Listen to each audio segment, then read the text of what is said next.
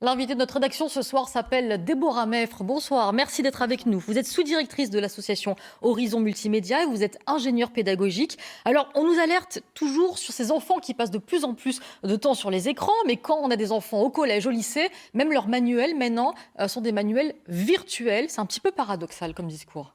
Oui, alors l'idée n'est pas confondre tout ce qui est usage récréatif et usage plutôt, on va dire, pédagogique. Mhm.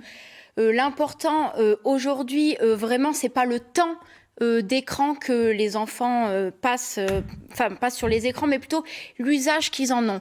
Vraiment, au XXIe siècle, l'enjeu est vraiment de leur apprendre à utiliser ces écrans, à l'utiliser de la bonne façon. C'est pour cela que Horizon Multimédia intervient auprès de 1600 établissements sur toute la région PACA pour développer les compétences psychosociales afin de réduire les conduites à risque liées aux écrans. Ces interventions sont faites avec l'agence régionale PACA. Mhm. Voilà, et nous intervenons de l'école maternelle jusqu'aux lycéens, même voire jusqu'aux jeunes adultes 16-25 ans. Alors justement, entre les établissements scolaires, les parents, les enfants, quels sont les problèmes que vous rencontrez le plus souvent ? Alors les problématiques que nous avons, ce sont des problématiques, on va dire, de santé physique des jeunes le matin qui ne se réveillent pas, qui n'arrivent pas à aller à l'école parce qu'ils ont passé toute la nuit sur les écrans. On a aussi des gros problèmes de concentration dans les établissements scolaires.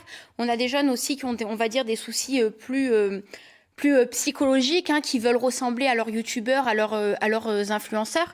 Et on a aussi des problèmes de cyberharcèlement. Nombre de jeunes filles, jeunes garçons qui nous contactent pour nous dire qu'ils ont envoyé une photo d'eux nus au petit copain, à la petite copine, et c'est très vite repartagé. Quand les personnes se séparent, ça fait un petit peu effet boule de neige dans l'établissement scolaire. Et on a des gros soucis de cyberharcèlement et de cyberviolence derrière tout ça. Alors, pour aider les parents, qu'est-ce qu'on peut leur dire ? On a entendu dans le reportage, interdire, ce n'est pas la solution. Alors moi, je suis tout à fait d'accord avec monsieur. Interdire n'est pas du tout la solution, mais vraiment la communication est le plus important dans tout cela.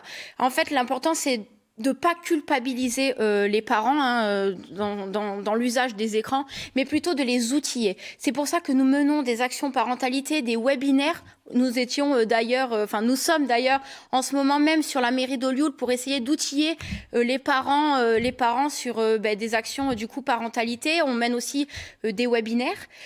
Pour permettre des conférences sur Internet. Et vous avez aussi un site qui va s'afficher qui s'appelle iparents.fr, très pratique. Tout à fait, qui permet en fait de répondre directement aux questions des parents. Donc ils peuvent nous poser des questions en ligne et nous leur répondons dans l'heure. Et puis une application, je le dis très vite parce que nous n'avons plus de temps, qui s'appelle WeFamily, en famille. Donc je laisse le soin aux téléspectateurs de la découvrir. Merci beaucoup Déborah Meffre d'avoir été avec nous ce soir dans le journal.